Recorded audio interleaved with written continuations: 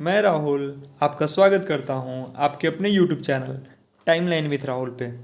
दोस्तों, जो आज का वीडियो है वो बेसिकली मैंने कमीशन ऑफिसर पे बनाया है कि आप army, navy, air force as well as coast guard में, इंडियन कोस्ट गार्ड में आप कैसे कमीशन ऑफिसर बन सकते हैं। तो ये मैंने कुछ पिक्चर लगाए हैं जिसमें ये वाला इंडियन कोस्ट गार्ड का है ये, और फिर ये इंडियन नेवी का है, ये इंडियन आर्मी का, एंड ये इंडियन एयरफोर्स का। तो बेसिकली मैं इसमें जितनी प्रकार की एंट्री होती है, ट्वेल्थ के बाद आप कैसे ज्वाइन कर सकते हो कमीशन ऑफिसर, और ट्वेल्थ के बाद कैसे ज्वाइन कर सकते हो, सॉरी ट्वेल्थ के बाद, ग्रेजुएशन के बाद, और ग्रेजुएशन आपने किसी भी प्रकार का डिग्री लिया हो, चाहे वो सिंपल ग्रेजुएशन हो, चाहे वो टेक्निकल ग्रेजुएशन हो, लाइक इंजीनियर्स हैं आप, या फिर आपने मेडिकल किया है, या फिर आपने बीएड भी करा है मास्टर्स के साथ। तो बहुत टाइप की वैकेंसी होती है। मैं डिटेल में एक एक करके सबके बारे में अभी बताऊंगा। तो चलिए, अब ये वीडियो बहुत इन्फॉर्मेटिव होने वाला है। प्लीज़ लास्ट तक देखिए, एटलीस्ट आपको पता चले, और आप शेयर कीजिए लोगों के साथ ताकि बहुतों को पता चले। ये सच्चाई है कि इधर थोड़ा कंपटीशन कम होता है। जैसे आप जनरल कंपटीशन में आप देखते हो कि करोड़ों फॉर्म गिरते हैं, यहाँ पे करोड़ों तो नहीं, हज़ार, 10,000, 10,000, 15,000, 20,000 में फाइट होता है। तो काफ़ी अच्छा है, थोड़ा इधर कंपटीशन बिट ईजी होता है। चलिए हम लोग नेक्स्ट स्लाइड से, अब हम लोग ट्वेल्थ पास आउट के बाद आप लोग आर्म फोर्स कैसे ज्वाइन कर सकते हैं इसके बारे में बात करते हैं। ट्वेल्थ पास आउट के बाद आप एनडीए के थ्रू, जो एनडीए एग्ज़ाम होता है, इसको नेशनल डिफेंस एकेडमी बोलते हैं। ये एग्ज़ाम यूपीएससी द्वारा कंडक्ट किया जाता है, साल में 2 बार होता है। और इसमें आप यूपीएससी के थ्रू जो इसका 2 पेपर होता है, एक मैथमेटिक्स का स्पेशल होता है, एक होता है जनरल स्टडीज़ का। आप दोनों पेपर पास करोगे, और एक इंग्लिश का भी होता है। तो तीनों पेपर अगर आप पास करते हो तो आप आईएमए के लिए एलिजिबल होते हो। मैथ अगर छोड़ देते हो तो आप शॉर्ट सर्विस कमीशन के लिए एलिजिबल होते हो। बेसिकली एनडीए के थ्रू आप आर्मी, नेवी और एयरफोर्स तीनों विंग ज्वाइन कर सकते हो। आपको प्रायोरिटी देनी होती है, आपको जिसमें से आपका रैंक जैसा आएगा मार्क्स, उसके बेसिस पे आपको कॉल लेटर आ जाएगा, चाहे तो आर्मी से, चाहे नेवी से, चाहे एयरफोर्स से। इसके लिए आप साल में 2 बार एलिजिबल होते हैं, 2 बार फॉर्म आती है। एज क्राइटेरिया होता है, शायद आप देख लेना, आप चेक कर लेना गूगल पे। मैं एक ब्रीफ इंट्रोडक्शन देते जा रहा हूँ। दूसरा एंट्री है वो है जेई मेंस। जैसे जो पीसीएम कैटेगरी वाले होते हैं, फिजिक्स, केमिस्ट्री, मैथमेटिक्स वाले, वो लोग जेई मेंस, पहले एआई ट्रिपल ई होता था जो एनआईटी में पढ़ने के लिए होता है ना, वो अब होता है जेई मेंस और जेई एडवांस। मेंस से एनआईटी में एडमिशन होता है, एडवांस से आईआईटी में। तो बेसिकली जो इंजीनियरिंग ग्रेजुएट इंजीनियरिंग के लिए परस्यू करते हैं ना, उनके लिए ये एंट्री होती है।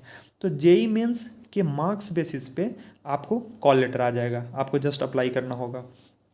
उसके बाद तीसरी वैकेंसी होती है, वो होती है टीईएस की। टीईएस का मतलब होता है ना, टेक्निकल इंट्री स्कीम। और ये एंट्री होती है, ये भी ट्वेल्थ स्टैंडर्ड पे ही होती है। इसमें पीसीएम वाले को डायरेक्टली आपको सिर्फ मार्क्स बेसिस पे कॉल लेटर आ जाता है। आप जब अप्लीकेशन आएगा तो आप फॉर्म अप्लाई करो, आपके पास कॉल लेटर आ जाएगा, एडमिट कार्ड, कि आप डायरेक्ट एसएसबी के लिए जा सकते हो। और इसमें सिर्फ पीसीएम वाले ही। और ये तीनों एंट्री के बाद आपको मेन जो है कमीशन ऑफिसर के लिए, देखो मेन होता है हर्डल जो होता है ना, वो एसएसबी ही होता है। एसएसबी मतलब होता है सर्विस सिलेक्शन बोर्ड। इसमें आपको 5 दिन का इंटरव्यू होता है, आप स्क्रीनिंग होता है, देन स्क्रीनिंग में ही बहुत बच्चों को छांट दिया जाता है। उसके बाद जो बचते हैं, उसके बाद फिर 4 दिन का प्रोसीजर होता है, फिर कॉन्फ्रेंस होता है, फिर मेडिकल एंड ऑल। मैं इस पर अलग से एक वीडियो बनाऊंगा। अभी फ़िलहाल मैं इंट्रीज के बारे में बताता हूँ क्योंकि वीडियो बहुत लंबा हो जाएगा। अब नेक्स्ट है ग्रेजुएशन वाले के लिए। ग्रेजुएशन वाले के लिए बहुत सारी एंट्री है। अच्छा, एक चीज़ मैं बताना भूल गया, जैसे आप एनडीए के थ्रू आप जाओगे तो आर्मी निकलते हो, आर्मी से कॉल लेटर आएगा तो आप इंडियन मिलिट्राइन अकेडमी, आईए में जाओगे। नेवी के लिए आईएनए, इंडियन नेवल एकेडमी जाओगे, एंड एयरफोर्स के लिए एयरफोर्स एकेडमी जाओगे। तो आप इसमें इसके थ्रू जब जाओगे तो अगर आपने टेक्निकल के लिए आपको परस्यू करना है, चाहे तो आपको दिल्ली यूनिवर्सिटी से ग्रेजुएशन कराया जाएगा। बहुतों के लिए क्या होता है ना कि इंजीनियरिंग कॉलेज में भी कुछ सीट रिजर्व होते हैं, तो वो मार्क्स बेसिस पे होता होगा। तो आप वहाँ से अपना इंजीनियरिंग भी कंप्लीट करोगे, आपको सारा आपके खर्च जो होंगे, एक्सपेंडिचर, वो सारे गवर्नमेंट गवर्नमेंट वहन करेगी। और आपको कुछ सैलरी भी मिलता है जो कि आप जब वहाँ से आप ग्रेजुएट हो जाओगे, जब आप कमीशन ऑफिसर बनोगे, उसके बाद वो आपको मिलेगा। तो ये फ़ायदा है जेई मेंस के थ्रू भी, वही है टीएस एंट्री में भी। ट्वेल्थ, एक्चुअली ट्वेल्थ में आपको जॉब नहीं मिलता है, उसके बाद आर्मी आपको अपने तरीके से पढ़ाती है, साथ में ग्रेजुएशन भी होते रहेगा, और आप आर्मी के बारे में भी रूल्स रेगुलेशंस जो भी उसके वेपन्स वगैरह हैं, इस सब के बारे में भी डिटेल आपको जानकारी मिलती रहेगी। तो ये हो गया। और फाइनली जब आप कॉलेज से पास हो जाओगे तो आप एक कमीशन ऑफिसर बन जाओगे। या तो आप उसके थ्रू ट्वेल्थ के बाद चले गए, या फिर आप ग्रेजुएशन एंट्री में जाओ। ग्रेजुएशन करने के बाद, अब ग्रेजुएशन में देखो बहुत सारी एंट्री होती है। जैसे एक सबसे पहला हम लोग बात करते हैं तो सीडीएसई, ये होता है। फिर देखो जैसे एनडीए था, वो ट्वेल्थ के बाद यूपीएससी निकालती है। सिमिलरली सीडीएसई भी यूपीएससी ही निकालती है। और सीडीएसई का फुल फॉर्म होता है combined defence service exam. UPSC साल में 2 बार निकालती है। इसमें ग्रेजुएट लोग अलाउड होते हैं, इरेस्पेक्टिव ऑफ योर ब्रांच। इसमें किसी भी ब्रांच के बच्चे भर सकते हैं, मतलब सिंपल ग्रेजुएट वाले भी, इंजीनियर भी भर सकते हैं, शायद medical, I am not sure, but आप क्रॉस चेक कर लेना। लेकिन ग्रेजुएट इसमें अलाउड रहते हैं। इसमें भी आप वही आर्मी में जा सकते हो, एयरफोर्स में जा सकते हो, नेवी में, आपको प्रायोरिटी देना होता है। इसमें परमानेंट कमीशन, अच्छा एनडीए में जाओगे तो आपको हमेशा परमानेंट कमीशन मिलेगा। एनडीए में, जेई मेंस वगैरह में जो ट्वेल्थ बेसिस पे, उसमें परमानेंट कमीशन भी मिलता है, उसमें शॉर्ट सर्विस कमीशन नहीं मिलता। लेकिन इसमें क्या होता है, सीडीएसई में दोनों होता है, शॉर्ट सर्विस कमीशन और परमानेंट कमीशन। देखो परमानेंट कमीशन होता है, इसमें आप 60 ईयर्स तक रिटायर करोगे, मतलब जो रिटायरमेंट का जो एज होता है ना, उसमें पूरा सर्विस दोगे आप। और एसएससी का मतलब जो होता है वो शॉर्ट सर्विस कमीशन, इसका मतलब होता है कि आप 14 साल तक आप सर्विस दे सकते हो, 14 ईयर्स तक, जो कि 10 साल के बाद 10 साल के बाद 4 साल के लिए फिर बढ़ जाता है, और फिर 14 साल के बाद आपको, 14 ईयर्स के बाद आपको रिटायरमेंट लेना पड़ता है। लेकिन कभी कभी आपके एक्स्ट्राऑर्डिनरी वर्क को देखकर या फिर आपके परफॉर्मेंस बेस देखकर आपको परमानेंट कमीशन में ट्रांसफ़र कर दिया जाता है। तो ये सीडीएसई का हुआ। इसमें आप फिर वही आर्मी में निकालोगे तो आईएमए में जाओगे, एयरफोर्स में एयरफोर्स एकेडमी, नेवी में नेवल एकेडमी, ये यूपीएससी के थ्रू होती है। Followed by SSB interview. SSB interview से तो आपको गुजरना ही पड़ेगा, आप चाहे किसी भी इंट्री से जाओ आपको एसएसबी देना पड़ेगा, और मेन मार्क्स एसएसबी का ही होता है। ठीक है, तो ये हो गया। और शॉर्ट सर्विस कमीशन के थ्रू अगर आप सिलेक्शन लोगे तो आपको ओटीए में जाना पड़ेगा। ओटीए मतलब होता है ऑफिसर ट्रेनिंग एकेडमी। ये बेसिकली 2 जगह है, पहला एक चेन्नई में और दूसरा गया में है।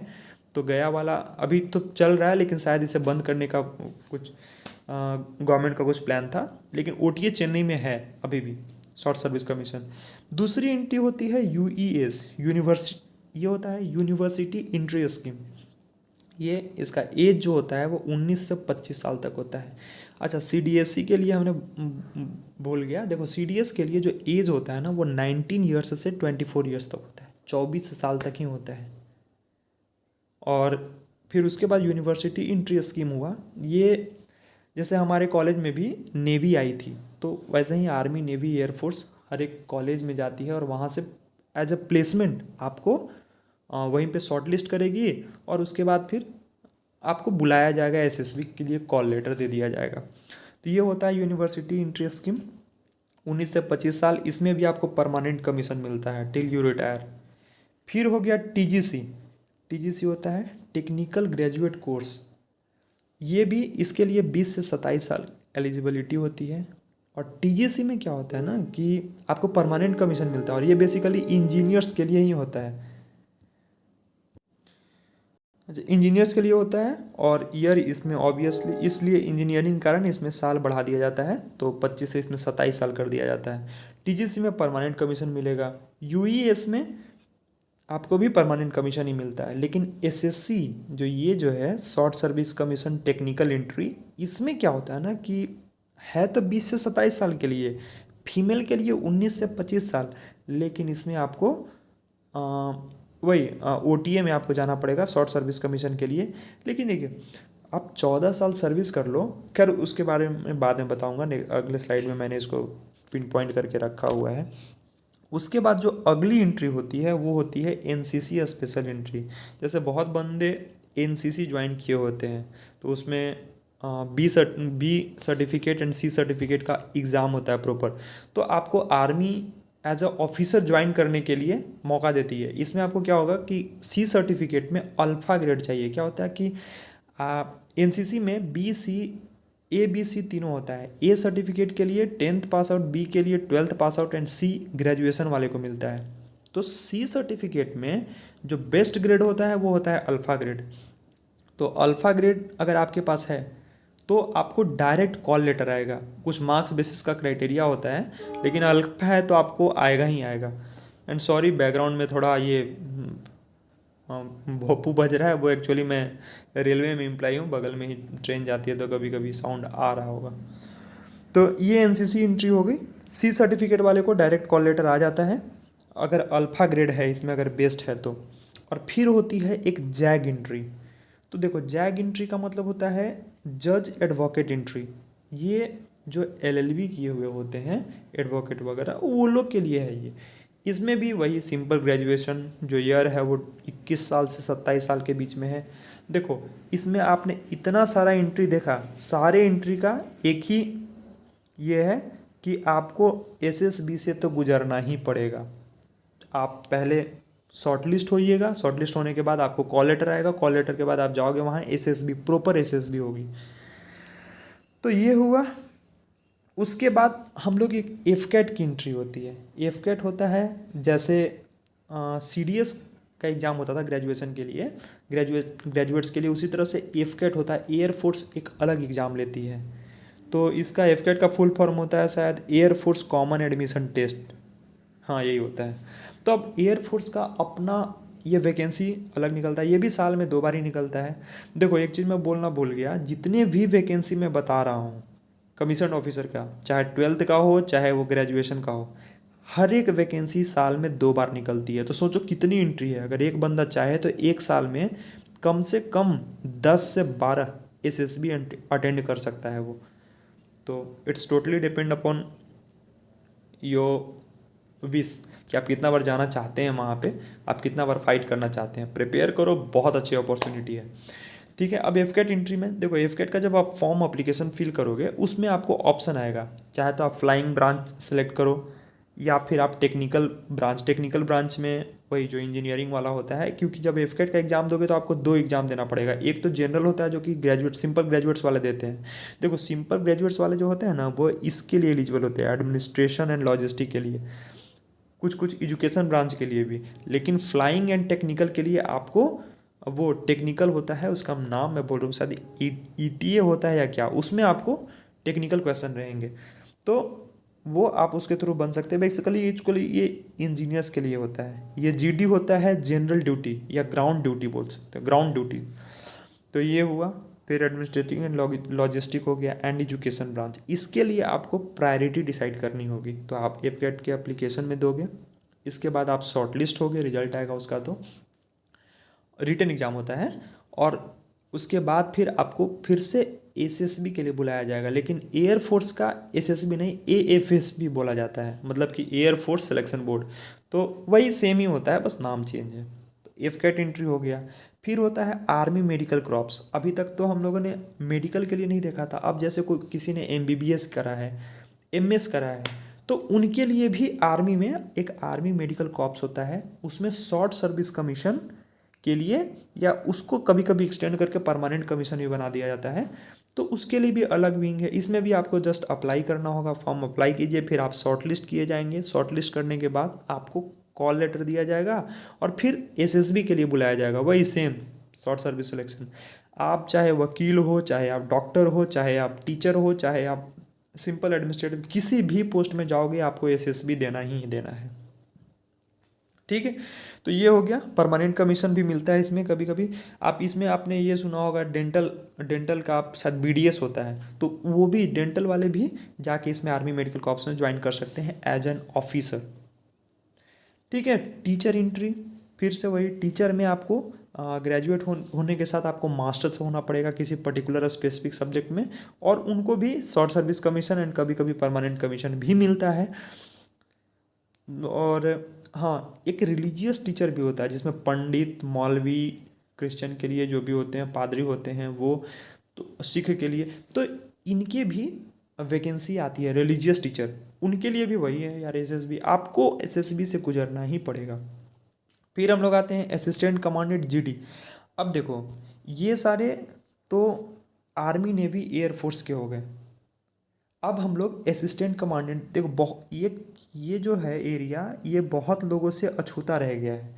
लोगों को इंडियन कोस्ट गार्ड के बारे में नहीं पता है, क्योंकि जब मैं गया था तो मैंने भी बहुत एसएसबी अटेंड किए हैं। मैंने 5 एसएसबी अटेंड किया है।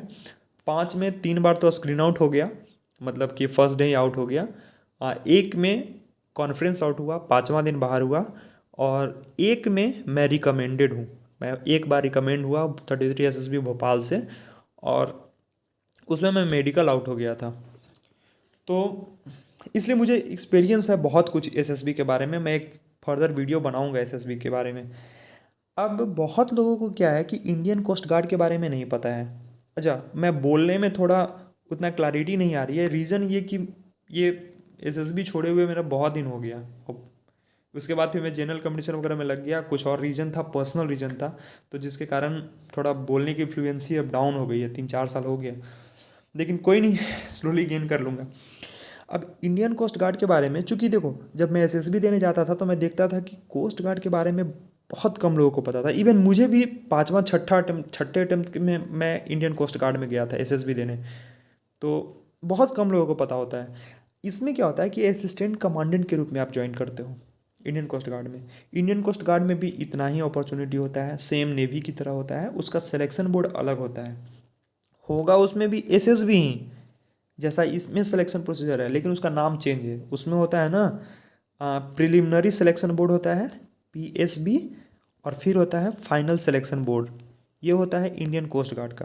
प्रिलिमिनरी सिलेक्शन बोर्ड होता है 5 को जो जोन है इंडियन कोस्ट गार्ड का, जैसे चेन्नई में है, सॉरी मुंबई में है, चेन्नई में है, कोलकाता है, और शायद गांधीनगर है, ऐसे करके है, और एक अंडमान में है। तो 5 जगह में प्रिलिमिनरी सिलेक्शन बोर्ड में होता है। जब मैं कोलकाता गया था, हाँ कलकत्ता, हाँ कोलकाता गया था, और फिर उसके बाद फाइनल सिलेक्शन बोर्ड के लिए आप सारे जोन में से बुला लिया जाएगा। उसके बाद उसमें से छांट के, जैसे जो हम लोग स्क्रीनिंग एसएसबी में होता है ना, उसी तरह से प्रिलिमिनरी सिलेक्शन बोर्ड में होता है, सेम एसएसबी जैसा ही।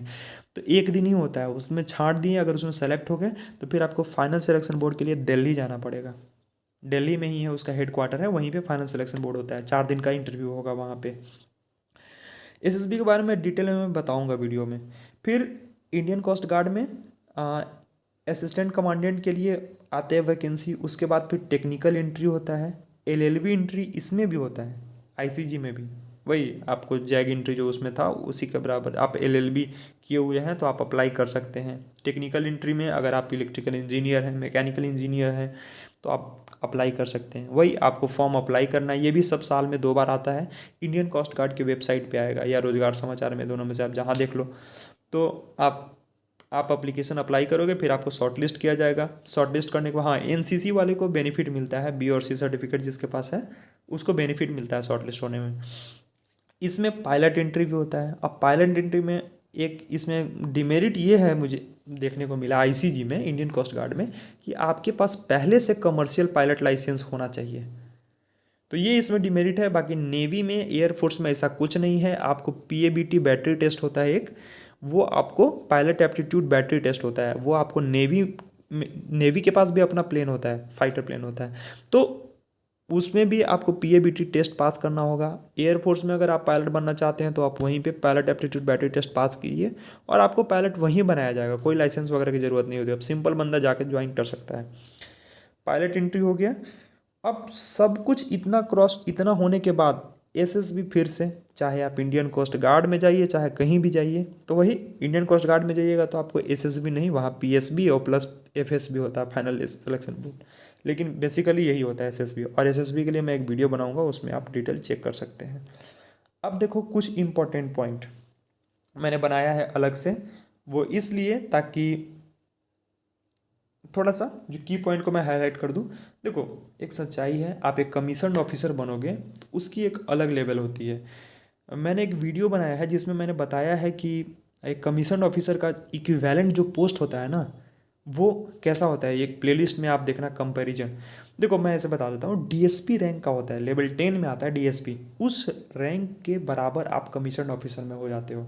तो प्राइड एंड ऑनर है एक तो कि डिफेंस में, ऊपर से कमीशन ऑफिसर, ऊपर से लेवल 10 का, तो समझ सकते हो। दूसरा गुड पे एंड सर्विसेज, गुड पे एंड पर्क, सॉरी। तो अब देखो गुड पे एंड पर्क्स में क्या क्या मिलेगा, तो देखो सैलरी तो सही बात है बहुत अच्छी मिलती है। लाइक लेवल 10 में हो तो 10 में शायद 56,100 का बेसिक बनता है, बाकी अलावेंस जोड़ लो 75-80 के आसपास बनता है। बाकी पे एंड पर्क्स बहुत कुछ मिलता है इसमें। अलावेंसेस की बात करें तो अलावेंसेस में आपको एजुकेशन फैसिलिटी मिलती है, मेडिकल फैसिलिटी मिलती है, कैंटीन मिलती है। अच्छा सॉरी, अलावेंसेज में होता है ना बहुत आपका भत्ता मिलता है, भत्ता जैसे कि आपको रिस्क अलावेंस मिलता है, इंश्योरेंस अलावेंस का मिलता है, यूनिफॉर्म अलावेंस मिलता है, बहुत टाइप के अलावेंसेज मिलता है यार। तो वो सारे आपके पे में जुड़ जाएंगे, सैलरी में जुड़ जाएंगे। फैसिलिटीज़ में आपको मेडिकल फैसिलिटी मिलती है, कैंटीन की फैसिलिटी मिलती है, मेडिकल फैसिलिटी आपके आपके डिपेंडेंट फैमिली उमली के लिए इंडिया का बेस्ट मेडिकल फैसिलिटी ऑब्वियसली इन्हीं लोग के पास है, वो मिलता है। आपको ट्रैवलिंग के लिए टिकट वगैरह सारी फैसिलिटी हैं इसमें, तरह तरह की फैसिलिटी मिलती है। पेंशन है, ओल्ड पेंशन स्कीम अभी भी लागू है डिफेंस वाले के लिए, तो पेंशन मिलेगा आपको लाइफ लाइफ लॉन्ग तक, आपको दिक्कत नहीं है, सोचने की ज़रूरत नहीं है।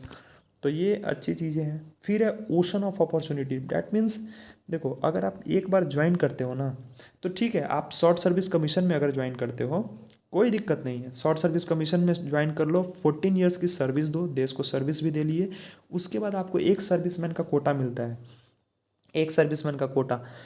तो इससे क्या होगा ना कि आपको हर एक जॉब में रिजर्वेशन मिल जाएगा, उस रिजर्वेशन के बलबूते आप किसी भी, देखना आप हमेशा एक सर्विसमैन का कटा बहुत कम जाता है, तो आपके सारे जॉब चाहे एसएससी का दो, रेलवे का दो, चाहे आरबीआई का भी अच्छे अच्छे पोस्ट, जो लेवल 10 का बढ़िया बढ़िया जो जॉब होता है लेटरल एंट्री वाला, वहाँ भी आपके लिए रिजर्वेशन रहेगा, तो आप उसके थ्रू आप ज्वाइन कर सकते हो।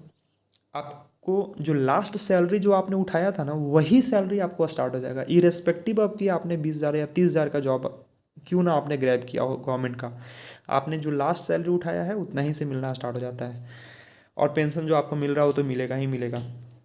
ये है, अगर आप स्पोर्ट्स में अपना करियर बनाना चाहते हैं, स्पोर्ट्स लवर हैं, या फिर एक्टिंग का शौक़ है, या फिर कुछ पढ़ना है, किसी भी टाइप का आपको शौक़ है, आप अपना पैशन को परस्यू कर सकते हैं, आपको कभी रोकेगा नहीं, आपको सारा फैसिलिटी प्रोवाइड किया जाएगा।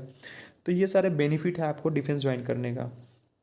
दूसरी बात, बहुत सारे पायलट होते हैं जो कि शॉर्ट सर्विस कमीशन के लिए ही रखे जाते हैं, तो कोई बात नहीं यार, इतना आपके पास फ्लाइंग आवर का, बहुत लंबा फ्लाइंग आवर का एक्सपीरियंस हो जाता है, जो कि आप जब एयरलाइन में आइएगा इधर, तो आपको प्रायोरिटी दिया जाएगा ज्वाइन करने में। तो वो एक्सपीरियंस यहाँ पे काम आता है फ्लाइंग आवर में, और इधर फिर सैलरी आपकी बहुत ज़्यादा हो जाएगी। कंपटीशन यहाँ थोड़ा इजी है, आसान है कंपेयर टू इधर, मैंने पहले ही बताया, बिकॉज ये फील्ड थोड़ा अछूता है, मतलब अछूता इन द सेंस कि बहुत लोगों को इस फील्ड के बारे में पता ही नहीं है, जिसके पेरेंट्स अगर डिफेंस में हैं उन्हें पता है, वो अपने वार्ड्स को इसके बारे में प्रेरित करते हैं और वो जाते हैं। लेकिन जैसे आप देखो एग्जाम्पल के लिए, रेलवे का एक फॉर्म आता है एनटीपीसी, उसमें करीब 1.5 करोड़ फॉर्म आते हैं, लेकिन इसमें किसी भी वैकेंसी के लिए मुश्किल से 5,000 या 10,000 लोग ही अप्लाई करते हैं।